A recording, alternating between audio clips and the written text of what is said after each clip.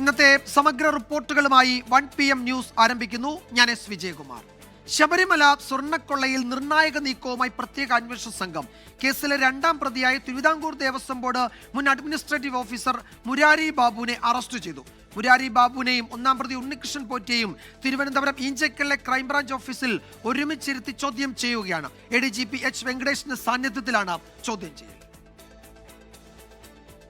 സ്വർണ്ണക്കൊള്ളയിലെ അന്വേഷണം ഉണ്ണികൃഷ്ണൻ പോറ്റിയിലും സ്വർണ്ണപ്പാളിയിലും മാത്രം ഒതുക്കരുതെന്നായിരുന്നു SIT ഇടക്കാല റിപ്പോർട്ടിന് ശേഷമുള്ള ഹൈക്കോടതി നിർദ്ദേശം. തുടർന്നാണ് ഉദ്യോഗസ്ഥ ഗൂഢാലോചനയിലേക്ക് അന്വേഷണം വ്യാപിപ്പിച്ചതും മുരാരി ബാബുവിന്റെ അറസ്റ്റും. ഇന്നലെ രാത്രി 10 മണിയോടെ പെരുന്നയിലെ വീട്ടിൽ നിന്നുമാണ് മുരാരി ബാബുവിനെ കസ്റ്റഡിയിലെടുത്തത്. അർദ്ധരാത്രിയോടെ തിരുവനന്തപുരം ഈഞ്ചക്കലിലുള്ള ക്രൈംബ്രാഞ്ച് ഓഫീസിലെത്തിച്ച് ചോദ്യം ചെയ്തു. രാവിലെ 9 മണിയോടെ അറസ്റ്റ് രേഖപ്പെടുത്തി. സ്വർണ്ണക്കൊള്ളയ്ക്ക് വഴിയൊരുക്കിയെന്ന് അന്വേഷണ സംഘം വിലയിരുത്തുന്ന മുരാരി ബാബു 2 കേസുകളിലും 2ാം പ്രതിയാണ്. 1998-ൽ ചെമ്പുപാളികളിൽ സ്വർണം പൊതിഞ്ഞെന്ന് ധാരണ ഉണ്ടായിട്ടും 2019-ൽ ഉണ്ണികൃഷ്ണൻ പോറ്റിക്ക് കൈമാറാൻ ചെമ്പുപാളിയെന്ന് മുരാരി ബാബു രേഖ ഉണ്ടാക്കിയതായി അന്വേഷണ സംഘത്തിന് തെളിവ് ലഭിച്ചിട്ടുണ്ട്. മുരാരി ബാബുവിൽ മാത്രം അന്വേഷണം ഒതുങ്ങില്ലെന്ന് കോൺഗ്രസ് നേതാവ് തിരുവഞ്ചൂർ രാധാകൃഷ്ണൻ. നത്തോലിയെ പിടിച്ച് തീർക്കാൻ പറ്റുന്ന ഒരു കേസല്ലിത്. ഇതിന്റെ യഥാർത്ഥ പ്രതികളിലേക്ക് എത്തണം. അതെത്തുന്നതിന് വേണ്ടിയുള്ള സമഗ്രമായ അന്വേഷണം വേണം. ഇപ്പോൾ ഒരു ആശ്വാസകരമായിട്ടുള്ള കാര്യം ഹൈക്കോടതിയുടെ മേൽനോട്ടാണ്. SIT മേൽനോട്ട ചുമതലയുള്ള ക്രമസമാധാന വിഭാഗം ADGP H. വെങ്കടേഷിന്റെ സാന്നിധ്യത്തിൽ ഉണ്ണികൃഷ്ണൻ പോറ്റിയെയും മുരാരി ബാബുവിനെയും ഒരുമിച്ചിരുത്തി ചോദ്യം ചെയ്തിരുന്നു. മുരാരി ബാബുവിനെ ഇന്നു തന്നെ റാന്നി കോടതിയിൽ ഹാജരാക്കി കസ്റ്റഡിയിൽ വാങ്ങാനാണ് അന്വേഷണ സംഘത്തിന്റെ നീക്കം. 24 തിരുവനന്തപുരം. കോഴിക്കോട് പേരാമ്പ്ര സംഘർഷത്തിന്റെ ദൃശ്യങ്ങൾ പുറത്തുവിട്ട് പോലീസിനെതിരെ ഗുരുതര ആരോപണവുമായി ഷാഫി പറമ്പിൽ MP. ക്രിമിനൽ പശ്ചാത്തലത്തിന്റെ പേരിൽ പിരിച്ചുവിട്ടെന്ന് സർക്കാർ അവകാശപ്പെട്ട CI അഭിലാഷ് ഡേവിഡാണ് തന്നെ മർദ്ദിച്ചത് എന്നാണ് ഷാഫിയുടെ ആരോപണം. പോലീസ് ആസൂത്രിത ആക്രമണം നടത്തുകയായിരുന്നുവെന്നും ഷാഫി പറമ്പിൽ ആരോപിച്ചു. പേരാമ്പ്ര സംഘർഷത്തിൽ പുതിയ ദൃശ്യങ്ങൾ പുറത്തുവിട്ടായിരുന്നു ഷാഫി പറമ്പിൽ MPയുടെ വാർത്താ സമ്മേളനം. പേരാമ്പ്രയിലെ പോലീസ് ബോധപൂർവം സംഘർഷമുണ്ടാക്കിയെന്ന് ഷാഫി പറമ്പിൽ ആരോപിച്ചു. പിരിച്ചുവിട്ടെന്ന് സർക്കാർ അവകാശപ്പെട്ട CI അഭിലാഷ് ഡേവിഡാണ് തന്നെ മർദ്ദിച്ചതെന്നും പ്രതികരണം. പിരിച്ചുവിട്ടു എന്ന് മാധ്യമങ്ങളോട് പറയാ, പിരിച്ചുവിട്ടു എന്ന് നിയമസഭയിൽ പറയാ, എന്നിട്ട് രഹസ്യമായി അവരെ സർവീസിൽ റീഇൻസ്റ്റേറ്റ് ചെയ്തിട്ട് CPM പറയുന്ന ഗുണ്ടാപ്പണിക്ക് അവരെ നിയോഗിക്കുക.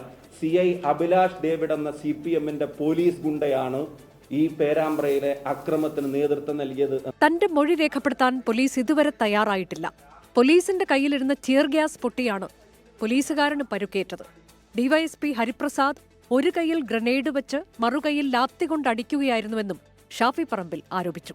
വിഷയത്തിൽ ആരോപണ വിധേയരായ ഉദ്യോഗസ്ഥർക്കെതിരെ നടപടി സ്വീകരിച്ചില്ലെങ്കിൽ സമരം നടത്താനാണ് കോൺഗ്രസ് തീരുമാനം. 24 കോഴിക്കോട്. കേന്ദ്ര വിദ്യാഭ്യാസ പദ്ധതി PM ശ്രീയിലെ ആശങ്ക മന്ത്രിസഭാ യോഗത്തിൽ അറിയിച്ചെന്ന 24 വാർത്ത സ്ഥിരീകരിച്ച് മന്ത്രി GR അനിൽ. പാർട്ടി സംസ്ഥാന നേതൃത്വത്തിന്റെ നിലപാടാണ് മന്ത്രിമാരും പിന്തുടരുന്നത് എന്ന് GR അനിൽ വ്യക്തമാക്കി. PM ശ്രീ പദ്ധതിയുടെ ഭാഗമാകരുത് എന്നത് CPIയുടെ ദേശീയ നിലപാടാണ് എന്ന് അനി രാജ 24നോട് പറഞ്ഞു. കേരളം പദ്ധതിയുടെ ഭാഗമാകരുതെന്ന് DMK നേതാവ് TKS ഇളങ്കോവനും പ്രതികരിച്ചു. മന്ത്രിസഭയിലോ ഇടതുമുന്നണിയിലോ ചർച്ച ചെയ്യാതെ PM-ശ്രീ പദ്ധതിയിൽ ഒപ്പിടാനുള്ള വിദ്യാഭ്യാസ വകുപ്പിന്റെ നീക്കത്തിൽ CPI മന്ത്രിമാർ മന്ത്രിസഭാ യോഗത്തിൽ എതിർപ്പറിയിച്ചത് ഇന്നലെ 24 ആണ് പുറത്തുവിട്ടത്. 24 വാർത്ത ശരിവെക്കുന്ന പ്രതികരണമാണ് മന്ത്രി GR അനിലിൽ നിന്ന് ഉണ്ടായത്. CPIക്ക് എന്താണോ നിലപാട് അത് തന്നെയായിരിക്കും CPIയുടെ മന്ത്രിമാരുടെ നിലപാട്. പാർട്ടി എന്താണോ തീരുമാനിക്കുന്നത് ആ തീരുമാനത്തിനോടൊപ്പമാണ് CPIയുടെ മന്ത്രിമാരുടെ എല്ലാവരുടെയും നിലപാട്. PM-ശ്രീ പദ്ധതി സംബന്ധിച്ച് CPI സംസ്ഥാന നേതൃത്വം കൈക്കൊണ്ടിരിക്കുന്ന സമീപനം ദേശീയ നേതൃത്വവും ശരിവെക്കുന്നു. CPI അതിന്റെ നിലപാട്, അതിന്റെ ദേശീയ തലത്തിൽ ഈ പാർട്ടി എടുത്തിട്ടുള്ള നിലപാട് സംസ്ഥാന സെക്രട്ടറി സഖാവ് ബിനോയ് വിശ്വം പറഞ്ഞിട്ടുണ്ട്. ഇടതുപക്ഷ ജനാധിപത്യ മുന്നണിയിലെ മുഴുവൻ പാർട്ടികളും ഇരുന്ന് ചർച്ച ചെയ്ത് ഗൗരവത്തിൽ ചർച്ച ചെയ്ത് ആലോചിച്ച് ഉചിതമായ തീരുമാനമെടുക്കുമെന്നാണ് ഞാൻ കരുതുന്നത്. PM-ശ്രീ പദ്ധതിയുടെ ഭാഗമാകാനുള്ള നീക്കം ഉപേക്ഷിക്കണമെന്ന് CPI തമിഴ്നാട് ഘടകവും ആവശ്യപ്പെട്ടു. தமிழ்நாடு நிலை வேறு, கேரள அரசாங்கத்தின் நிலை இதில் கொஞ்சம் பரிசீலனை பண்ணணும், மறுபரிசீலனை செய்யணும். Rethinking. Kerala CPI stand, Tamil Nadu CPI stand same. என் மாநிலங்கள் உரிமைகள் கெஞ்சி பெறக்கூடாது, போராடி தான் பெறணும். കേന്ദ്രവിരുദ്ധ പോരാട്ടത്തിൽ ഇടതു പാർട്ടികളുടെ തോഴരായ DMKയും കേരളം PM-ശ്രീ പദ്ധതിയുടെ യോജിക്കുന്നതിനെ എതിർത്ത് രംഗത്ത് വന്നു. I can only ask the Kerala government also not to follow that. Let them have, because many of the Keralites had gone throughout the world and working because their education system was good. Only now we come to know, I don't know I'll talk to our leaders, the government. I'll see what can be done. ഇന്ന് നടക്കുന്ന CPI സംസ്ഥാന കൗൺസിലും PMC വിവാദം ചർച്ചയാകും. മന്ത്രിസഭാ യോഗത്തിൽ മന്ത്രിമാർ ആശങ്ക അറിയിച്ചിട്ടും മുഖ്യമന്ത്രി ഗൗനിക്കാതെ പോയതിൽ CPIക്ക് അമർഷമുണ്ട്. 24 തിരുവനന്തപുരം. കോഴിക്കോട് കട്ടിപ്പാറയിലെ കോഴി മാലിന്യ സംസ്കരണ യൂണിറ്റിലെ സംഘർഷത്തിൽ രാഷ്ട്രീയ വാഗ്വാദം. അതിക്രമത്തിന് പിന്നിൽ SDPI ആണെന്ന CPM ആരോപണത്തിലാണ് ചർച്ചകൾ. അതേസമയം സ്ഥാപനത്തിലെ ജീവനക്കാരൻ നൽകിയ പരാതിയിൽ ഒരു കേസ് കൂടി താമരശ്ശേരി പോലീസ് രജിസ്റ്റർ ചെയ്തു. പ്രതിഷേധത്തിനിടെ SDPI പ്രവർത്തകർ നുഴഞ്ഞുകയറി കലാപം സൃഷ്ടിച്ചു എന്ന ഗുരുതരമായ ആരോപണമാണ് കഴിഞ്ഞ ദിവസം CPIM ഉന്നയിച്ചത്. ഇക്കാര്യം ആവർത്തിക്കുകയാണ് ജില്ലാ സെക്രട്ടറി M. മെഹബൂബ്. വളരെ വ്യക്തമാണ് SDPIയുടെ ഇത്തരത്തിലുള്ള പ്രവർത്തനത്തിന് നേതൃത്വം കൊടുക്കുന്ന ഒരു കൂട്ടം ക്രിമിനൽ സ്വഭാവമുള്ള ആളുകളാണ് ഈ പ്രവൃത്തി നടത്തിയിട്ടുള്ളത്. എന്നാൽ സമരസമിതി ഈ ആരോപണം പൂർണ്ണമായി തള്ളുന്നു. പല സാമൂഹ്യ വിരുദ്ധർ വന്നിട്ടുണ്ടാവാം, അവരായിരിക്കും നശിപ്പിച്ചിട്ടുണ്ടെങ്കിൽ. ഞങ്ങളെ സംബന്ധിച്ചിടത്തോളം ഫ്രഷ് കട്ട് മുതലാളിമാരുടെ ഗുണ്ടകൾ അതിനുള്ളിൽ അവർ വളർത്തുന്നവരാണ്. അവരാണ് ഈ സമരത്തിൽ തീയിട്ടതെന്ന് ഞങ്ങൾ സംശയിക്കുന്നത്. സമരക്കാരെ പ്രത്യേക വിഭാഗത്തിന്റെ പേരിൽ ചാപ്പകുത്താനുള്ള ശ്രമമെന്ന് MK മുനീർ MLA കുറ്റപ്പെടുത്തി. ആക്രമണത്തിൽ താമരശ്ശേരി പോലീസ് രജിസ്റ്റർ ചെയ്ത കേസുകളുടെ എണ്ണം 8ആയി. സ്ഥാപനത്തിലെ ജീവനക്കാരന്റെ പരാതിയിൽ സമരസമിതി പ്രവർത്തകരായ 28ഓളം പേരെ പ്രതി ചേർത്താണ് പുതിയ കേസ്. ഇന്നലെ രാത്രി പ്രതിപ്പട്ടികയിൽ ഉൾപ്പെട്ടവരുടെ വീടുകളിൽ പോലീസ് പരിശോധനയ്ക്ക് എത്തിയിരുന്നു.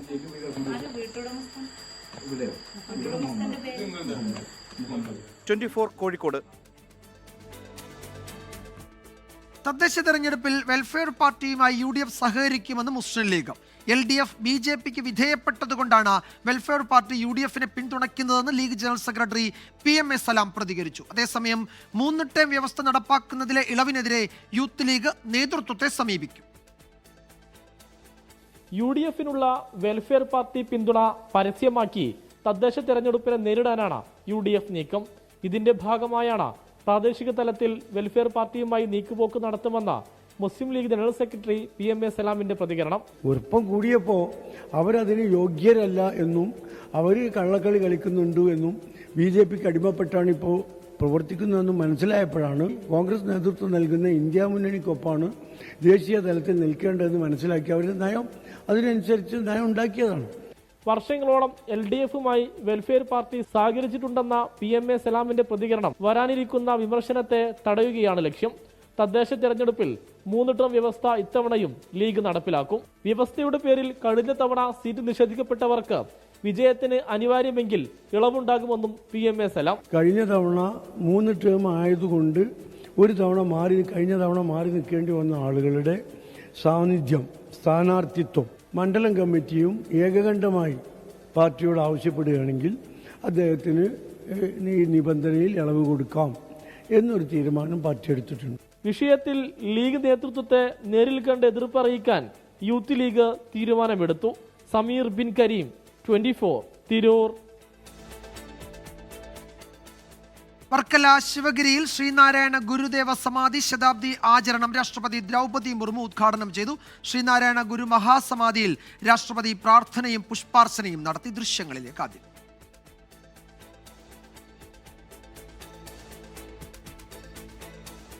അലക്സ് റാം മുഹമ്മദ് വിവരങ്ങൾ നൽകും. വർക്കലയിൽ നിന്ന് അലക്സ്, രാഷ്ട്രപതി ദ്രൗപദി മുർമുവും ശിവഗിരിയിൽ തുടരുകയാണല്ലോ. എന്തൊക്കെയാണ് അവിടെ ഇന്നത്തെ പരിപാടികൾ? അതിനുശേഷം രാഷ്ട്രപതി കോട്ടയത്തേക്ക് പോകുന്നുണ്ട്. ആ ചടങ്ങുകളുടെ വിവരങ്ങൾ കൂടി. വിജയകുമാർ, അല്പം മുമ്പ് രാഷ്ട്രപതി ഈ പരിപാടിയുടെ, അതായത് ശ്രീനാരായണ ഗുരു മഹാസമാധി ശതാബ്ദിയുടെ 3 വർഷം നീണ്ടു നിൽക്കുന്ന ആചരണ പരിപാടികളുടെ ഔദ്യോഗിക ഉദ്ഘാടനം രാഷ്ട്രപതി ദ്രൗപദി മുർമു നിർവഹിച്ചു. ശിവഗിരി തീർത്ഥാടന ഓഡിറ്റോറിയത്തിലായിരുന്നു ഈ പരിപാടി സംഘടിപ്പിച്ചത്. ഭാരതത്തിന്റെ മഹാനായ ആത്മീയ നേതാവും സാമൂഹ്യ പരിഷ്കർത്താവുമാണ് ശ്രീനാരായണ ഗുരുവെന്ന് രാഷ്ട്രപതി പറഞ്ഞു. തുല്യതയുടെയും ഐക്യത്തിന്റെയും മാനവികതയുടെയും തത്വമാണ് ശ്രീനാരായണ ഗുരു പ്രചരിപ്പിച്ചത്. അന്ധവിശ്വാസങ്ങളുടെ ഇരുട്ടിൽ നിന്നും ഗുരു നന്മയുടെ വെളിച്ചത്തിലേക്ക് നയിച്ചു. ഒരു ജാതി, ഒരു മതം, ഒരു ദൈവം, മനുഷ്യൻ എന്ന മഹത്തായ പ്രബോധനം ശ്രീനാരായണ ഗുരു നൽകി. യഥാർത്ഥ മോചനം അന്ധവിശ്വാസങ്ങളിൽ അല്ല, വിദ്യാഭ്യാസത്തിലൂടെയാണെന്ന് ശ്രീനാരായണ ഗുരു പഠിപ്പിച്ചു. അതുപോലെ ജാതിഭേദം, മതദ്വേഷം ഏതുമില്ലാതെ സർവരുമെന്ന ഗുരു സൂക്തം, അത് മലയാളത്തിൽ ചൊല്ലിയാണ് രാഷ്ട്രപതി ഈ ചടങ്ങിനെ അഭിസംബോധന ചെയ്തത്. അടിച്ചമർത്തപ്പെട്ടവർക്ക് വിദ്യാഭ്യാസവും സാക്ഷരതയും നൽകുന്നതിലൂടെ അവർ സമൂഹത്തിന്റെ മുഖ്യധാരയിലേക്ക് ഗുരു ഉയർത്തുകയായിരുന്നു. ശ്രീനാരായണ ഗുരു എല്ലാ മനുഷ്യരുടെയും സത്ത ഒന്ന് എന്ന് പറഞ്ഞു. ഒരു ജാതി, ഒരു മതം, ഒരു ദൈവം, മനുഷ്യന് എന്ന് തലമുറകളെ പഠിപ്പിച്ച ആധ്യാത്മിക നേതാവാണ് ശ്രീനാരായണ ഗുരു എന്നും രാഷ്ട്രപതി പറഞ്ഞു. ഈ പരിപാടി ഉദ്ഘാടനം ചെയ്തതിനു ശേഷം രാഷ്ട്രപതി ശിവഗിരി മഠത്തിലേക്ക് പോയിട്ടുണ്ട്. ഇന്ന് മഠത്തിൽ സന്യാസിമാർക്കൊപ്പം ഉച്ചഭക്ഷണം കഴിക്കും. അതിനുശേഷം ഇവിടെ നിന്ന് പുറപ്പെടും. ഏതാണ്ട് 3 മണിയോടുകൂടി ഹെലിപ്പാഡിലെത്തി, ഈ വർക്കല ക്ലിഫിലെ ഹെലിപ്പാഡിലെത്തി പാലായിലേക്ക് പുറപ്പെടും. 3:50 പാലാ സെന്റ് തോമസ് കോളേജ് മൈതാനത്ത് ഹെലികോപ്റ്ററിൽ രാഷ്ട്രപതി എത്തും. 4:15 പാലാ സെന്റ് തോമസ് കോളേജിന്റെ പ്ലാറ്റിനം ജൂബിലി സമാപന ആഘോഷങ്ങൾ അവിടെ നടക്കുന്നുണ്ട്. അത് ഉദ്ഘാടനം ചെയ്യും. അതിനുശേഷം 5:15 കോട്ടയത്ത് കുമരകത്തേക്ക് എത്തും. കുമരകത്ത് അവിടുത്തെ താജ് റിസോർട്ടിൽ ഇന്ന് താമസിക്കും. നാളെ രാവിലെ കോട്ടയത്ത് നിന്ന് ഹെലികോപ്റ്ററിൽ കൊച്ചിയിലേക്ക് പുറപ്പെടുകയും കൊച്ചിയിൽ എറണാകുളം സെന്റ് തെരേസസ് കോളേജിലെ ശതാബ്ദി ആഘോഷങ്ങളുടെ പരിപാടിയിൽ രാഷ്ട്രപതി പങ്കെടുക്കും. അതിനുശേഷം നാളെ വൈകുന്നേരത്തോടുകൂടി പ്രത്യേക വിമാനത്തിൽ ഡൽഹിയിലേക്ക് മടങ്ങുന്ന തരത്തിലാണ് രാഷ്ട്രപതിയുടെ. ശരി, അലക്സ് റാം മുഹമ്മദാണ് വിവരങ്ങൾ നൽകിയത് വർക്കലയിൽ നിന്ന്. രാജ്ഭവനിൽ മുൻ രാഷ്ട്രപതി KR നാരായണന്റെ പ്രതിമ രാഷ്ട്രപതി ദ്രൗപദി മുർമു അനാച്ഛാദനം ചെയ്തു. രാജ്ഭവനിലെ ചടങ്ങിൽ ഗവർണർ രാജേന്ദ്ര വിശ്വനാഥ് അർലേക്കർ, മുൻ രാഷ്ട്രപതി രാംനാഥ് കോവിന്ദ്, ബീഹാർ ഗവർണർ ആരിഫ് മുഹമ്മദ് ഖാൻ എന്നിവർ പങ്കെടുത്തു.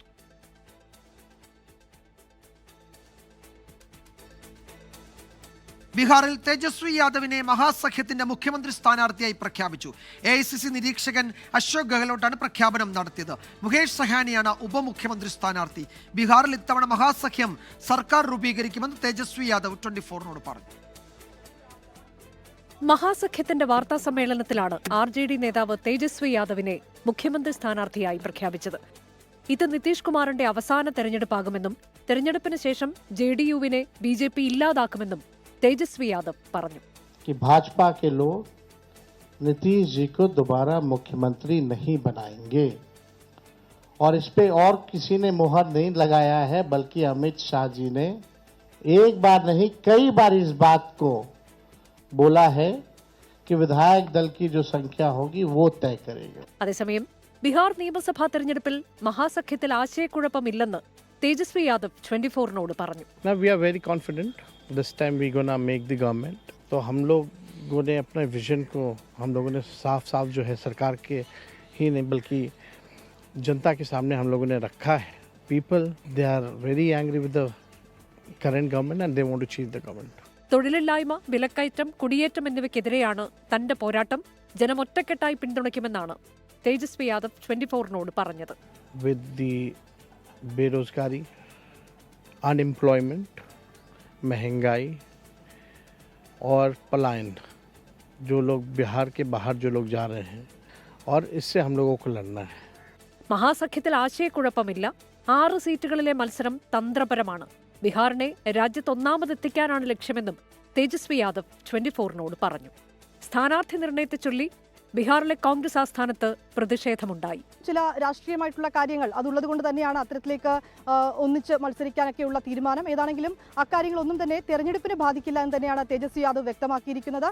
പട്നയിൽ നിന്ന് ക്യാമറാമാൻ ജിജീന്ദ്രനൊപ്പം വിനീത VG 24.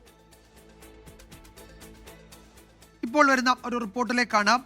അവയവദാനം നടത്തിയ ആ സംഭവം കോട്ടയം മെഡിക്കൽ കോളേജിൽ നമ്മൾ ഈ ദിവസങ്ങളിൽ അത് വളരെ വിശദമായി പരിശോധിച്ചുകൊണ്ടിരിക്കുകയായിരുന്നു. ആ അനീഷിന്റെ മൃതദേഹം മോർച്ചറിയിൽ നിന്ന് പുറത്തേക്ക് കൊണ്ടുവരുന്ന ദൃശ്യങ്ങളാണ് പ്രേക്ഷകർ കാണുന്നത്. ആശുപത്രിയിലെ നേഴ്സുമാരും ഡോക്ടേഴ്സും ഒക്കെ അന്തിമോപചാരം അർപ്പിക്കുകയാണ്. അദ്ദേഹം നമ്മളെ വിട്ടുപോകുന്നു. അനീഷ് നമ്മളെ വിട്ടുപോകുമ്പോൾ അദ്ദേഹം 7-8 പേരിലൂടെ വീണ്ടും ജീവിക്കുകയാണ്. അങ്ങനെ വലിയൊരു ത്യാഗത്തിൻ്റെ ഒക്കെ കഥകളാണ് ഈ ഘട്ടത്തിൽ കോട്ടയം മെഡിക്കൽ കോളേജിൽ നിന്ന് വരുന്നത്. ടോബി ജോൺസൺ വിവരങ്ങൾ നൽകും. ടോബി, ഇന്നലെ നമ്മൾ വൈകിട്ട് വിശദമായി തന്നെ റിപ്പോർട്ട് ചെയ്തതാണ് അനീഷിൻ്റെ അവയവദാനം. അനീഷ് മസ്തിഷ്ക മരണം സംഭവിച്ച അനീഷ് 7 പേർക്ക് ജീവൻ നൽകി നമ്മളിൽ നിന്ന് വിട്ടുപോവുകയാണ്. എന്താണ് ആശുപത്രിയിൽ നിന്ന് നൽകാൻ കഴിയുന്ന വിവരങ്ങൾ? അവിടെ ആരോഗ്യ പ്രവർത്തകർ, ഡോക്ടേഴ്സൊക്കെ അനീഷിൻ്റെ ഓർമ്മകൾക്ക് മുന്നിൽ നമ്മുടെ ശിരസ്കരായി നിൽക്കുന്ന ദൃശ്യങ്ങളിൽ കാണുന്നുണ്ട്.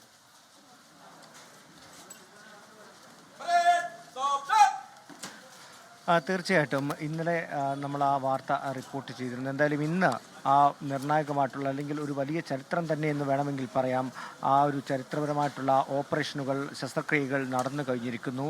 8 പേർ അനീഷിൻ്റെ അവയവങ്ങളിലൂടെ ജീവിക്കും വീണ്ടും എന്നുള്ളതാണ് എടുത്തു പറയേണ്ട ഒരു കാര്യം. അതിന് അവരുടെ കുടുംബം കൂടി തയ്യാറായി എന്നുള്ളത് നമുക്ക് കൂടുതൽ ഊന്നിപ്പറയേണ്ട ഒരു വസ്തുതയാണ്. കാരണം സാധാരണ ഇത്തരത്തിലുള്ള തീരുമാനങ്ങൾ കുടുംബങ്ങൾ എടുക്കുന്നത് വളരെ ചുരുക്കമാണ്. പക്ഷേ അനീഷ് വീണ്ടും ജീവിക്കും, അനീഷിനെ ഹൃദയമിടിപ്പ് വീണ്ടും ഈ ലോകത്തുണ്ടാകുമെന്നുള്ളത് തന്നെയാണ് അവരുടെ പ്രതികരണത്തിൽ നിന്ന് നമുക്ക് രാവിലെ മനസ്സിലാക്കാൻ സാധിച്ചത്.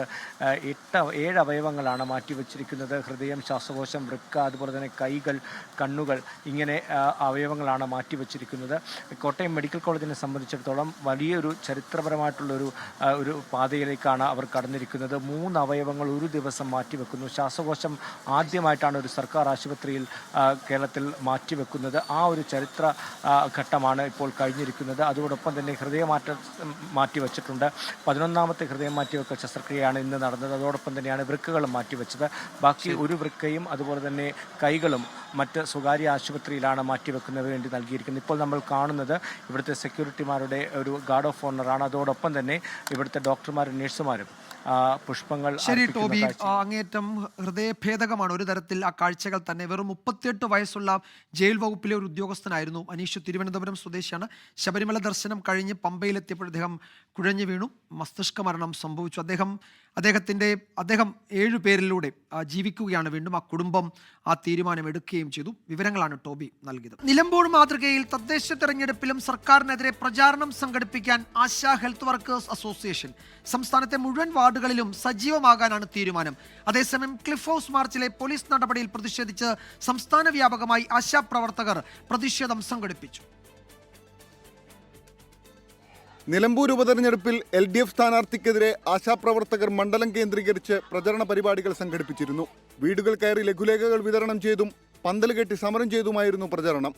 നിലമ്പൂർ ഉപതെരഞ്ഞെടുപ്പിന്റെ തുടർച്ച തദ്ദേശ തെരഞ്ഞെടുപ്പിലും ഉണ്ടാകുമെന്നുള്ളതാണ് ആശാ ഹെൽത്ത് വർക്കേഴ്സ് അസോസിയേഷന്റെ പ്രഖ്യാപനം. നിലമ്പൂർ എങ്ങനെയാണോ ഞങ്ങൾ പ്രചരണം നടത്തിയത് അതേപോലെ തന്നെ നമ്മളെല്ലാ വാർഡിലും ഉള്ള ഒരു പ്രചരണം, പിന്നെ ഏത് രീതിയിലുള്ള പ്രചരണമാണോ വേണ്ടുന്നത് അതിനനുസരിച്ചുള്ള പ്രചരണമായിട്ട് പോകാനാണ് ഞങ്ങൾ ഇപ്പോൾ തീരുമാനിച്ചിരിക്കുന്നത്. പ്രചരണത്തിനായി ഏതു മാർഗം വേണമെങ്കിലും സ്വീകരിക്കാനാണ് സംസ്ഥാനത്തെ ആശാപ്രവർത്തകർക്ക് സംഘടന നിർദ്ദേശം നൽകുക. എന്നാൽ പ്രത്യേക മുന്നണികൾക്ക് വോട്ട് നൽകണമെന്ന പ്രഖ്യാപനം ഉണ്ടാകില്ല. അതേസമയം കഴിഞ്ഞ ദിവസം നടന്ന ക്ലിഫ് ഹൗസ് മാർച്ചിൽ പോലീസ് അതിക്രമണം ആരോപിച്ച് സംസ്ഥാന വ്യാപകമായി ആശമാർ പ്രതിഷേധ പ്രകടനം നടത്തി. മുഖ്യമന്ത്രിയെ കാണാമെന്ന ഉറപ്പിന്മേൽ ഇന്നലെ ക്ലിഫ് ഹൗസ് മാർച്ച് അവസാനിപ്പിച്ചെങ്കിലും കൂടിക്കാഴ്ചയുടെ തീയതിയുടെ കാര്യത്തിലും ആശാപ്രവർത്തകർക്ക് വ്യക്തതയില്ല. 24 തിരുവനന്തപുരം. ആസിയാൻ ഉച്ചകോടിയിൽ മോദി ട്രംപ് കൂടിക്കാഴ്ച ഉണ്ടാകില്ല. കൊലാലംപൂരിൽ നടക്കുന്ന ഉച്ചകോടിയിൽ വെർച്വലായിട്ടായിരിക്കും പ്രധാനമന്ത്രി നരേന്ദ്രമോദി പങ്കെടുക്കുക.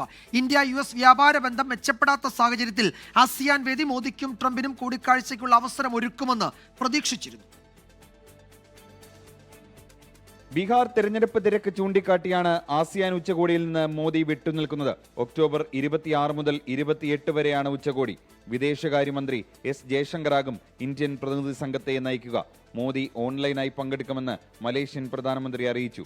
മോദിയെ കാണാൻ ആഗ്രഹിക്കുന്നുവെന്ന് കഴിഞ്ഞ മാസം ട്രൂത്ത് സോഷ്യൽ മീഡിയ പോസ്റ്റിൽ ട്രംപ് പറഞ്ഞിരുന്നു. ഇതോടെ ആസിയാൻ ഉച്ചകോടിയിൽ ഇരു നേതാക്കളും കണ്ടേക്കുമെന്ന് അഭ്യൂഹങ്ങൾ ഉയർന്നു. എന്നാൽ മോദി നേരിട്ട് പങ്കെടുക്കാത്തതോടെ കൂടിക്കാഴ്ച നടക്കില്ലെന്ന് ഉറപ്പായി. വ്യാപാര കരാറിനായുള്ള ചർച്ചകൾ തുടരുന്നതിനിടെ ദീപാവലി ദിനത്തിൽ ട്രംപ് മോദിയുമായി ഫോണിൽ സംസാരിച്ചിരുന്നു. പ്രമുഖ ഇന്ത്യൻ അമേരിക്കൻ വംശജരുടെയും ഇന്ത്യൻ എംബസി ഉദ്യോഗസ്ഥരുടെയും സാന്നിധ്യത്തിൽ വൈറ്റ് ഹൌസിൽ ആഘോഷവും സംഘടിപ്പിച്ചു. നേരത്തെ ഗാസയിലെ വെടിനിർത്തലിനായുള്ള സമാധാന ഉച്ചകോടിയിൽ ട്രംപ് മോദിയെ ക്ഷണിച്ചിരുന്നു. എന്നാൽ ഇന്ത്യയെ പ്രതിനിധീകരിച്ച് വിദേശകാര്യ സഹമന്ത്രി കീർത്തി വർദ്ധൻ സിംഗാണ് പരിപാടിയിൽ പങ്കെടുത്തത്. ഇന്ത്യക്ക് മേൽ 50% തീരുവ ഏർപ്പെടുത്തിയതിനു ശേഷം മോദിയും ട്രംപും നിരവധി തവണ സംസാരിച്ചുവെങ്കിലും കൂടിക്കാഴ്ച സാധ്യതകളുണ്ടായിരുന്നിട്ടും നേരിട്ട് കണ്ടിട്ടില്ല. ഇന്ത്യ പാക് സംഘർഷം അവസാനിപ്പിക്കാൻ താൻ മധ്യസ്ഥത വഹിച്ചുവെന്ന് ട്രംപ് ആവർത്തിക്കുന്നതിനാൽ സംഭാഷണത്തിനുള്ള സാധ്യത അടയുകയായിരുന്നു. 24 ഡൽഹി. കൂടുതൽ കേരള വാർത്തകൾ ഒറ്റനോട്ടത്തിൽ. വയനാട് DCC ട്രഷറർ NM വിജയന്റെ ആത്മഹത്യയിൽ പ്രത്യേക അന്വേഷണ സംഘം കുറ്റപത്രം സമർപ്പിച്ചു. IC ബാലകൃഷ്ണൻ MLA 1-ാം പ്രതിയും വയനാട് DCC മുൻ പ്രസിഡന്റ് ND അപ്പച്ചൻ 2-ാം പ്രതിയുമാണ്. രാഷ്ട്രപതിയുടെ ശബരിമല ദർശനത്തെ വിമർശിച്ച പാലക്കാട് ആലത്തൂർ ഡിവൈഎസ്പിയുടെ വാട്സ്ആപ്പ് സ്റ്റാറ്റസിൽ വിശദീകരണം ആവശ്യപ്പെട്ട് ജില്ലാ പോലീസ് മേധാവി. റിപ്പോർട്ടിന്റെ അടിസ്ഥാനത്തിൽ നടപടിയുണ്ടാകുമെന്ന് ജില്ലാ പോലീസ് മേധാവി. പാലക്കാട് BJPയിൽ വിഭാഗീയത രൂക്ഷം. നഗരസഭ അധ്യക്ഷയെയും ഉപാധ്യക്ഷനെയും അറിയിക്കാതെ സംസ്ഥാന വൈസ് പ്രസിഡന്റ് C കൃഷ്ണകുമാറിന്റെ നേതൃത്വത്തിൽ വിവിധ പദ്ധതികൾ ഉദ്ഘാടനം ചെയ്തു. പാർട്ടി സംസ്ഥാന പ്രസിഡന്റിന് നഗരസഭാ ചെയർപേഴ്സൺ പ്രമീള ശശിധരൻ പരാതി നൽകി. റാപ്പർ വേടനെതിരായ ലൈംഗികാരോപണ കേസിൽ പരാതിക്കാരിക്ക് നൽകിയ നോട്ടീസ് പിൻവലിച്ചു പോലീസ്. പരാതിക്കാരി ഹാജരാകേണ്ടെന്ന് ഹൈക്കോടതിയിൽ അറിയിച്ചു. വേടനെതിരായ ലൈംഗികാരോപണത്തിന് പിന്നിൽ ഗൂഢാലോചന കണ്ടെത്താനായില്ല എന്ന് പോലീസ്. ഗൂഢാലോചന അന്വേഷിക്കണമെന്ന് ആവശ്യപ്പെട്ട് മുഖ്യമന്ത്രിക്ക് പരാതി നൽകിയത് വേടന്റെ കുടുംബം. നേതൃത്വത്തോട് അതൃപ്തിയിലായിരുന്ന BJP നേതാവ് JR പത്മകുമാറിനെ അനുനയിപ്പിച്ച് സംസ്ഥാന നേതൃത്വം. JR പത്മകുമാറിനെ സംസ്ഥാന വക്താവായി നിയമിച്ചു. ശസ്ത്രക്രിയാ ഉപകരണങ്ങൾ കമ്പനികളിൽ നിന്ന് നേരിട്ട് വാങ്ങാനുള്ള നടപടികൾ വേഗത്തിലാക്കി ആരോഗ്യവകുപ്പ്. KMSCL വഴി വിതരണക്കാരെ ഒഴിവാക്കി ഉപകരണങ്ങൾ ആശുപത്രികളിൽ എത്തിക്കാൻ നീക്കം. തുടർച്ചയായ 3-ാം ദിവസവും സംസ്ഥാനത്ത് സ്വർണ്ണവില കുറഞ്ഞു. പവന് 600 രൂപ കുറഞ്ഞ് 91,720 രൂപയായി. ഗ്രാമിന് 75 രൂപ കുറഞ്ഞ് 11,465 രൂപയായി. കേരളത്തിൽ മദ്യോൽപാദനം വർദ്ധിപ്പിക്കണമെന്ന് എക്സൈസ് മന്ത്രി MB രാജേഷ്. പ്രാദേശിക എതിർപ്പുകൾ പരിഗണിക്കേണ്ട എന്നും മദ്യം വിദേശത്തേക്ക് കയറ്റുമതി ചെയ്യാൻ കേരളത്തിന് കഴിയണമെന്നും മന്ത്രി പറഞ്ഞു. വ്യവസായികൾ കേരളത്തിലേക്ക് വരാൻ മടിക്കുന്നത് ദീർഘകാല മദ്യനയം ഇല്ലാത്തതിനാലാണ് എന്നും എക്സൈസ് മന്ത്രി.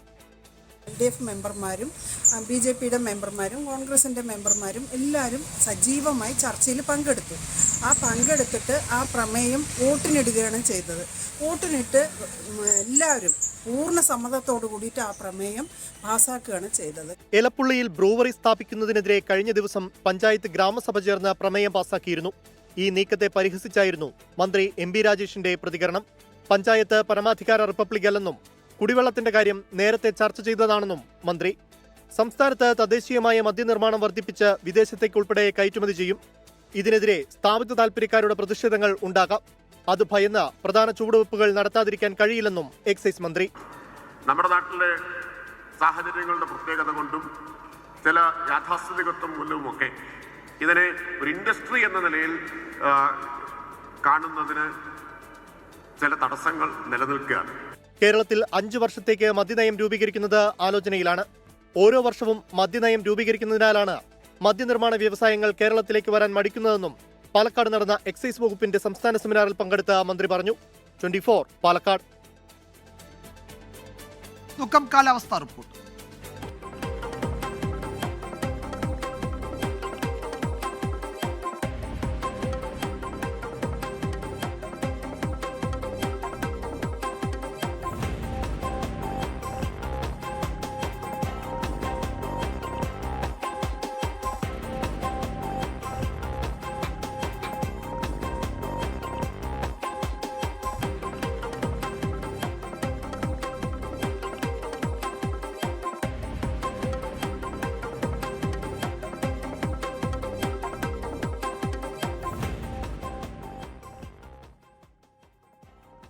റിപ്പോർട്ടോടെ 1 PM ന്യൂസ് അവസാനിക്കുന്നു.